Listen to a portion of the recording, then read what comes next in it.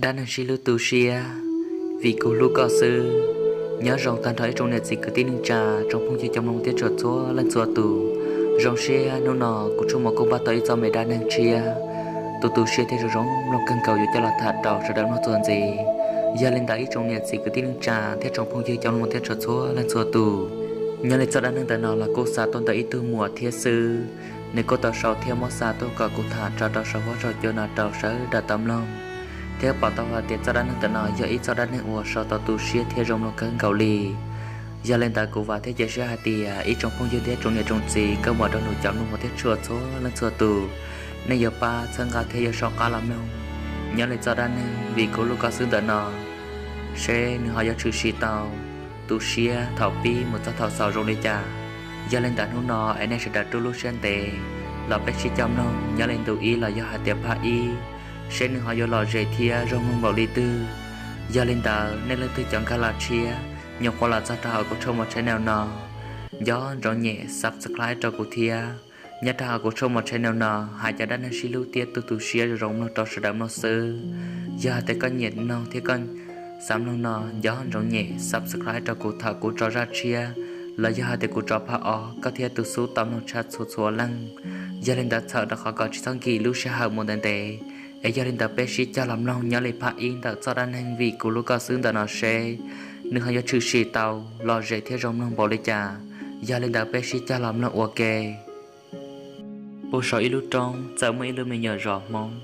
mẹ thiết sư cô chỉ lo nhớ trong tập lúc rõ mong tờ nó chỉ giống mấy tôi trừ rõ nhớ trong tập lúc rõ mong nọ thia tôi trừ rõ tờ nó giờ ít tôi trừ rõ nếu tao mấy tôi ca mò phê cha nhớ cho họ nơi luôn rõ chè thế chỉ ta lên đá sơ nhớ ra thân thảo u thế chỉ hà rong nên cô chỉ cụ đi ta xí nọ chỉ hà rong chỉ nên như lòn đo tí năng nhỏ bự lu đợt tê sáng nọ sáng tổ tụ tư chè để kia xứ sơn sang xứ chỉ trong lịch sang niệm nọ nhớ ra lúc chỉ hà thảo ta chỉ sợ mỗi ít tu mê tu lùa nếu chỉ ít tu tuôn cho là xứ nghĩa thiết gì là cô chỉ mua nhớ ra thảo nọ nếu chỉ bỏ ra dùng một nhớ ra khó tư lúc sẽ hận đạo chè cô giống mấy tu sĩ hư ở dây tu sĩ cứ chua chuồn rúa rồng chắp lần nhớ cho họ là lúc ròn tờ thế tu sĩ cứ chuồn tờ nọ dây tu sĩ hư hòa một con đòn bè thế có tí năng rồng lọ lợn tàu cha cho tí năng hòa nhớ tròn tờ là lúc mình nhớ rõ nọ sư chè lấy những hoa hư tu cứ chua là tu sĩ chuồn tờ nọ rồng chắp là lì ta chỉ làm một tỏ cá trên tên tờ sư chè tu sĩ hư ở gia tu cứ chua đỡ nó để cô trần chỉ lấy kia là một nhát trò bôn trả ý lúc mình rõ bó thơ rõ trò rõ mong xí chuột bề đời nhát trong ta lúc rõ bó thơ tới lúc rõ mong xí chuột bề đời đỡ nó nếu cô dạy lúc rõ uốn lò thì họ nhát lên đỡ lúc rõ non chê một trò sọt lúc rõ uốn nhát trò bơ sọt gió trong chê cô dạy xí sẽ hở lên đỡ on lúc kề thì thế là giống một giờ lên đỡ tụ xí hư cứ chuồn đỡ nó nếu cô tàu chỉ là nhát trong tờ lúc rõ bó thơ trò lúc rõ mong đỡ nó vì đã khó nhiều là khó cho tí lên nhà trò ta nó thế là vừa trong nhà trò thọ nó tụi xíu nó cô lo là thi thằng ta giờ chuỗi tụi mình nhờ tốt lùa ôi tụi tuôn ra tuôn chuồn ta nếu luôn bè hộ gia trừ hà nó giấy tụi tu ra tuôn cho trò nhẹ sư nhà trò thọ nó gia trừ hà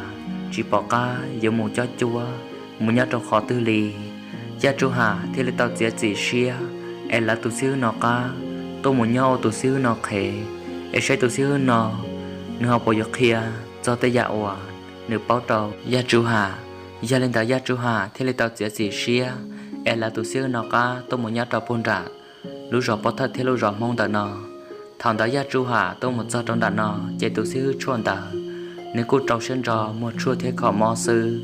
gia tru hà thì lên tàu ga là trong tàu tu sửa chuồn nó lúc trẻ khó mò thằng tàu gia tru hà là do trẻ gia tru hà thì lên hai tia xí hư cụ dây tu tuôn ra cho nhẹ sư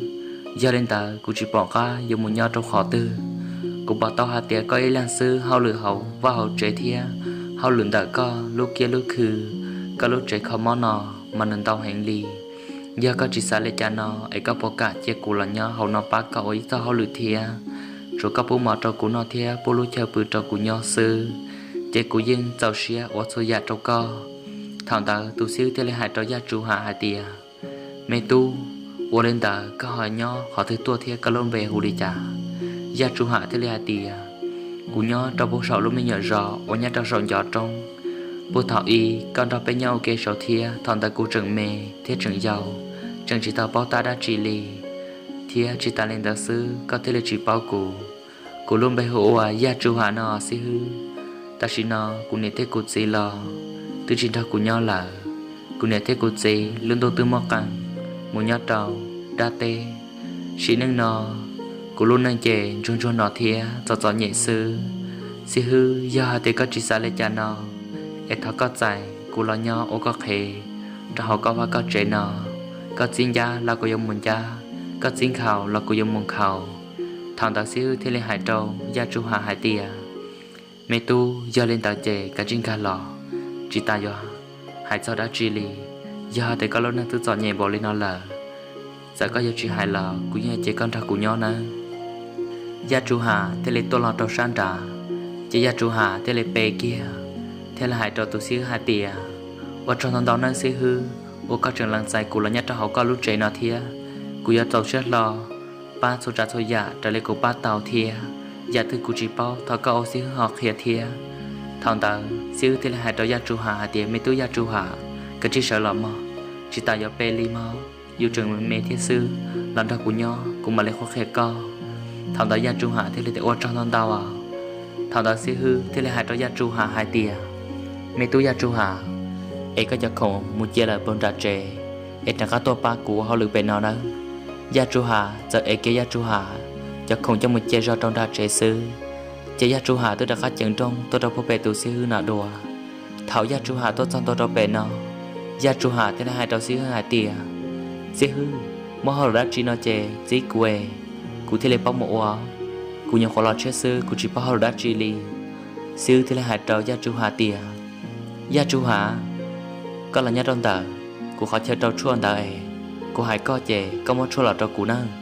gia tru hà thế là hà tìa ô linh tờ gia tru hà thế là sợ kia trong tờ xíu khó chơi trâu chua nhát trâu thọ no mua cho nên mò lại cô tô khó mò tỏ chua bao bề lô trâu san đầu rong sơ xíu hà tìa mỗi gia chua khó tụ mò rong linh nó lò chỉ gia tru hà thằng cầu gia chuồn tờ một trâu xíu sư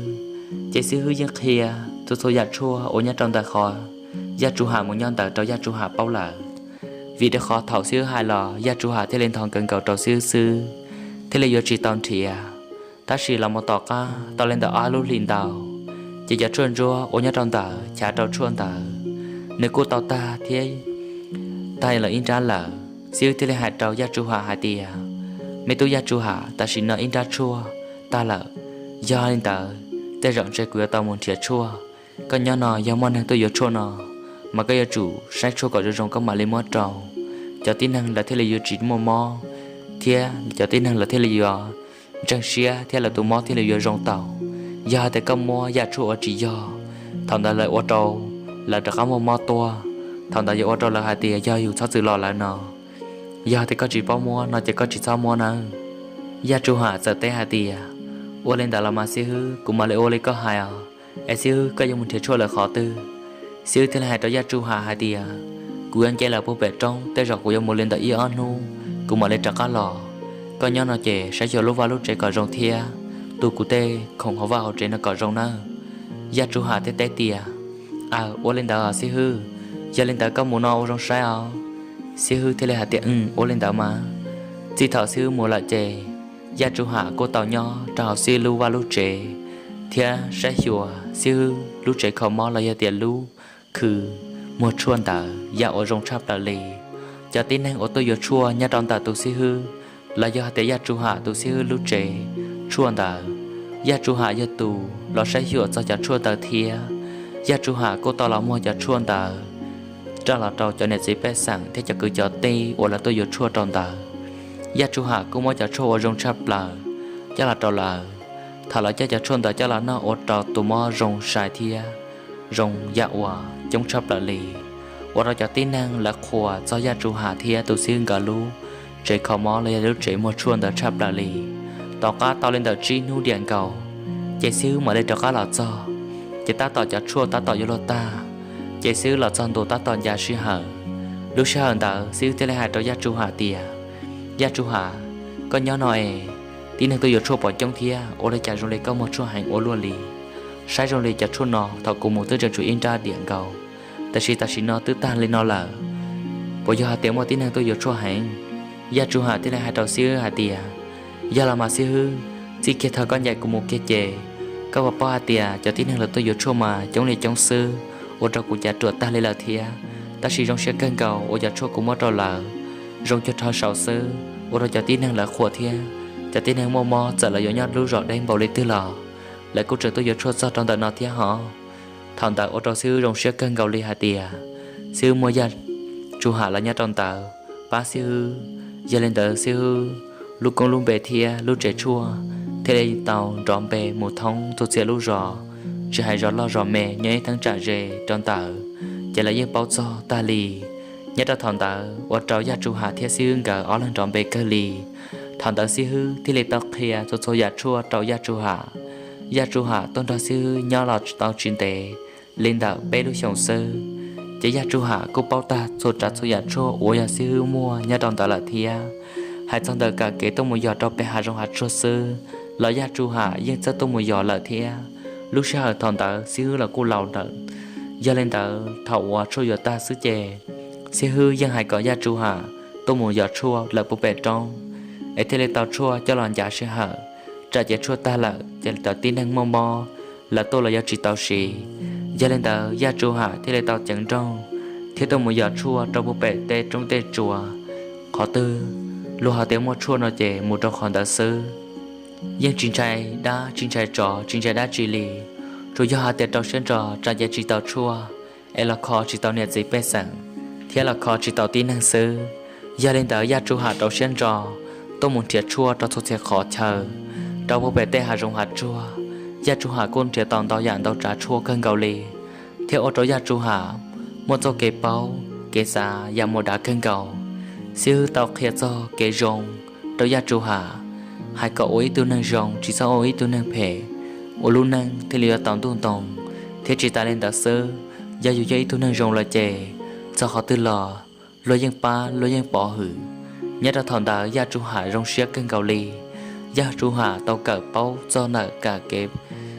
chân trẻ thia cho trả cho dạng tàu tu sư hư ở tàu gia chu hạ một cho cái cá xía theo một cho cái chân trẻ là hòn tàu to gia chu hạ ra sư hư nhau tàu trí chọn trường cầu chỉ gia chu hạ cô ta tỏ đò luận trò là gia hạ ta tỏ bi luận trò lẩu lợ nó nhung ta trả mua lên tàu nàng cầu plau một trong nàng cầu trí chọn gia chu hạ thế là hai tàu sư hạ tiề sư hư nhà tàu bè bè cô rọ ở nhà tàu bao sòn đá trong mà chỉ mua ít tu sư là ít chỉ mấy tu cứ chua cứ không mò khó tư lì mà giờ tin năng sầu nếu mua mò tàu tràn tàu giả cơn cầu tu ở mò nhia theo tu mò rọ chỉ là cô tu cho trong đá bè nọ ta sĩ tu chọn nhẹ chỉ là cô tu chỉ tàu cô bỏ tàu hạt tiề lúc rọ sầu nó chân chọn nhẹ hàng lì giờ lên tàu sư hư cô sa hai trâu có hạt tiề chỉ cùng một nhau trâu bao sầu lúc rọ sầu ấy kho cho tin năng mò trâu sầu có xả lấy giả sư hư thì lấy hạt trâu gia chu hà tiề tao cơ là mà mê tu do hạt tiề co xả lấy co là cô rong thia vì được kho hạt tiề cho chua cũng khê co cho chủ cho có tao thia có trong một sĩ có một tiền chi cô rong xia cân ngầu ô cụ tao mới tu thơ tì rong lấy co thảo su có hạt tiề co là ô cụ tu khê sư ta sĩ nó có gia quý tu thơ tì rong cha thế có giấy tu tin hay ông qua cha cũng nhẹ cha cô rong xia ông có là ba sang gà thia là ba sai chùa cô lúc trẻ khó mò thia chỉ ta lên ta xưa chẳng lần cho cục lê cho họ lựa nhát cho họ nọ ở trò cô lúc trẻ khó mò thì lên trò về một thông thuộc sẽ khó chờ lúc nọ có hai lý có là cô rong xia đó có tí dạng gạo thia ôi có một bằng sự và một khó trò lựa tù ôi chỉ tỏ cô là thằng tờ gia chu hạ thế lên hạ tiề sư hư có sao hai đó lý có số dạng nó là tư vì giống một có khe cụ sư gia thì chỉ một có chạy cũng như chỉ một nô rong lên nọ sư hư giờ thì cũng một là lò cũng như tôi sai có tà lì như tôi hiểu có tà lì vì để họ coi nhà tôi sư hư ủa rong chắp lần đầu cũ đang tại cũ này thấy cô chỉ là chạy chơi giống một có sư giờ chỉ một lần tư ủa giờ lúc cụ thiêu cho rong lên nào đầu cũ lì thảo gia chu hà hai đầu sư ta lên đầu sư trẻ gia chu hà cô tàu trắc là tàu bộ bể lúc cô rò ủa nhà tàu bộ sầu in đạt trong ủa nhà nuôi gia thế khỏi xia cha gia chu hà đó là cho tàu sầu nọ chế trọ cá lò nho trọ tên mẹ cô và cô trề trọ cá lò bỏ tên mẹ cô chờ ở ít sự nhau bơ thảo u nhớ trọ sau lúc rò bơ sòng đá trong nọ mua thắt trả lên đà cầu tờ gì sơแต่sĩ cũng mấy tu chữ rò nhớ trọ lúc xe thọ nọ chữ rò luôn bé hùa nhiên sao nọ là tu chữ rò nhiên sao đà là cũng mấy tuần xài ta tọn ta lòng cao nó nhung cầu xa sông giống cầu kênh cầu lì nhớ trọ lúc xe thọ nọ chè là tu chỉ sáng lào ô yo hà tì nhiên sao đà cô tới tu cá mò ô phê trả kênh cầu lì nhớ lại tu cá mò đà chế cho yo hà tì hòn trả trên cùng cầu sư giờ nó tư mò tư ô yo chỉ tòn trả trên cùng cho là hậu chè nhớ trong hôn đà mòn đà dân dùa nhớ chỉ tạo thi đi hồ lô hoặc chẳng thi khơi ý chè khơi tên mình chơi mua chỉ ta lên đá sư lọt khơi tên mình cho bà khơi tôi sẽ khó chờ bông cầu lì khảo thi ô xùa ô sang đã tôi là sư nhớ trong lúc xe thòn ta chè tu trừ rõ nhân ra nếu cô tao mua áo tu thi mỗi tuần xài rong câu hành nhớ lên đàn nữa áo tu thi nếu tuần xài tận đó tên mình tu ma tốt hề cho nên thì lấy tao hay có áo tu đó cho tuần xài là tôi muốn giờ tôi chơi cụ cho tôi sẽ khó chờ vì đã khó nhất là sang thảo uống tờ chơi cụ nó sẽ sang sơ nếu nhớ ít thằng trả gì một lò đã tên mình cắt ba chỉ tàu nhất là lúc sau lúc cha lúc nhân thảo hòa tụ trừ rõ nhiên sao bí mò tụ cao mò nào là một sơ chợ đó cho chia ô nhớ ít thằng trả rẻ trong tờ là lúc rõ nọ chỉ cô trâu là một tua thì anh cả chân trả cho là trâu tụ trừ rõ tờ nó hậu giờ thì thảo tư tao hậu chân trả nó là chè ô trâu ý chè nếu cô nhớ tàu dạ hòa rong ý dạ lên năng là sơ ta chỉ thảo hòa giờ tiền nô tư mò tư ô chỉ một chân trả trên khu nó cho là hậu chỉ nhớ đang nôn đợi mòn tờ yến ti hố lúa chẳng vọng cầu liệt khai qua chân tua sơ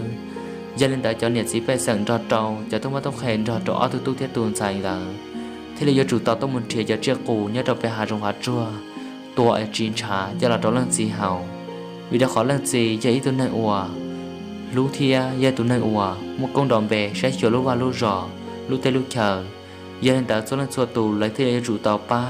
theo tàu chờ cỏ thật chữ rò trong đó là nho tù mò cỏ rồng liệt ô để chỉ phú có một món muốn gì là thế lấy tàu thìa trả trên khu ta ra ta rò cho là tàu thật chữ rò hậu sơ thảo quá thật chữ rò tàu hòn trả trên khu tàu tàu yang là chè thật chữ rò nó cùi là nho thả lù ô trầu cho nhiệt sĩ bé sẵn là cô hóa hử thiên nông thiên nhẹ cân gạo lì ta chỉ thảo quá nữ tàu mua tụ cá món ta là mồ ô trầu nhiệt sĩ bé sẵn cho nên số tụ là cùn du thiên chỉ ta lên ta sơ là anh cũng chỉ xả thả cho nhớ đầu lúc sau thảo ổn chí thảo chữ rò lò lấy cô chỉ cho sẵn cho thảo chữ rò hai lù thia vì đã khỏi là phân dân trái trả cho kỳ tụ cá món tờ nọ là trò là thia nhớ đầu lúc sau thảo nọ chè gia chủ hạ cô tao là nhớ trong tờ là lúc rò nọ gia chủ hạ thế lệ bao hà tiề sang lão một tụ cá món là gia tiề thảo chữ rò một tụ cá món rong lì nọ gia chủ hạ thế lệ thảo tô cò thảo chữ rò tụ cá món ta chỉ thảo chữ rò bao hà tiề gia chủ hạ giấy từ mình nhận chua cho nhẹ sư giờ hạt tiền nhiều giờ không một lý từ là những kho chỉ tàu tụ cam món tờ nọ lì nhớ ra thằng đã thơ chữ rò thế là chỉ phú gia chủ hạ tôi một kho tụ cam món tờ nọ gia chủ hạ cô chỉ thiết tu sẽ cân gạo lì thằng đã gia chủ hạ cô tao là khi ilu khử là do hạt tiền là ôi ilu trẻ mua chua nếu cô tao muốn thiết chua rùa gì ta trong học bể chỗ trò nói nhưng chỉ tao sỏi ít trả lại ít chỉ thằng là sao trong rào van đặt trẻ nọ là cô trường là tu tên mê chuông tờ là chân ta mọ đùa là những chỉ tao bờ lì thia nhớ ra thân thảo ôn tờ chủ yếu là tờ trào sư nhưng chỉ mua phải pha là do để mua tiền khải tờ lấy thương nhẹ nọ thảo chủ yếu tờ trào tờ ra tờ do sư si thảo ở gia chủ hà tờ lọc khi họ chờ mua chua nhớ trong tờ là lúc rõ nọ chỉ ô tô cho tin hàng số lần xua tù là cu nhẹ thia là cô tờ tôi giờ chua tờ gia chủ hà cho một no thia cô tờ tôi giờ chua tờ gia chủ hà cho một khẩu mò ô tô tổ mò thia ô tô tờ tin hàng nếu cô mua rò thì tụi mò cô rong là rú tua ta chỉ lúc rò nọ dậy lúc rò hòa tí năng chơi hàng lì do lên tới gia chủ hạ thì giờ chủ tàu sẽ hiểu tên chia hạ rong tên xì thì chia hai tàu chia hạ rong tư do tiền trâu mò là chè gia chủ hạ giờ chủ tàu thiệt chua cho một kho cho một khử cỏ rong chỉ bố cái giá trên tới một mò đã chi lì nhớ trong lúc xe thằng ta chỉ cô giống mấy ba sai ở trong chập lờ nhớ trong đời gia chủ hạ là lúc rò ở nhớ trong bộ sổ in đạt trong in đạt chuột là mà cô do hạt tiề cho tranh thật no trong cơn gạo lì ta chỉ vì do hạt tiề ta chữ ròn đọt đọt ta chữ ròn ở tu thiết tuần xài là ta tô mua cho sai thía cho cầu cho mỏ lư tua ta ra cho là chuyên trà trâu thơ chữ ra hậu sơ giờ mới nô chế nhớ ta lúc sơ thảo nọ gia chủ hạ thế đây bỏ tao hạt tiề ô đây cha cho sai thía cho mỏ lư cho trâu cho cầu ô cha cho trâu là trâu su tua hàng ô lô lì tê tu chế trâu su chế giờ tiền chỉ bỏ lọ lên là họ nhớ lên đã tê tu chế cô trâu xa xa một chỉ tàu kề lì gia chủ hạ cô tàu địa chua cho một khử thía cho một kho ô trâu này cô rong cho khá lo là thía thằng đó gia chủ hạ chỉ bỏ cá thế chỉ bỏ hai thế lên tia tù ô tô một tôi giờ chuyên nó lì thằng đó gia chủ hạ cô tàu tôi muốn chị ô xì họ là lúc rê lúc rọn ta gia chủ hạ giờ tôi một bỏ ó tôi mới nhổ mà mẹ ai xứ ta chỉ ó tôi mới nhọn ta rong đi giờ mới nhọn cho mới nhọn chua gia chủ hạ bỏ nà chỉ mẹ khán giả khâu la đun đua ta ra lì chỉ gia chủ hạ giờ làm trẻ trong ta gia chủ hạ thế là hai trâu ó tôi mới nhọn ta hai tia ô nhớ rong họ ó tôi mới tu nếu tôi muốn đa chi cỡ thế là tết trâu gia chủ hạ hai tia từ giờ hai tia ư chỉ một món nọ lợ ư tôi một thò món nọ sơ tí lâu ấy cho lên ta con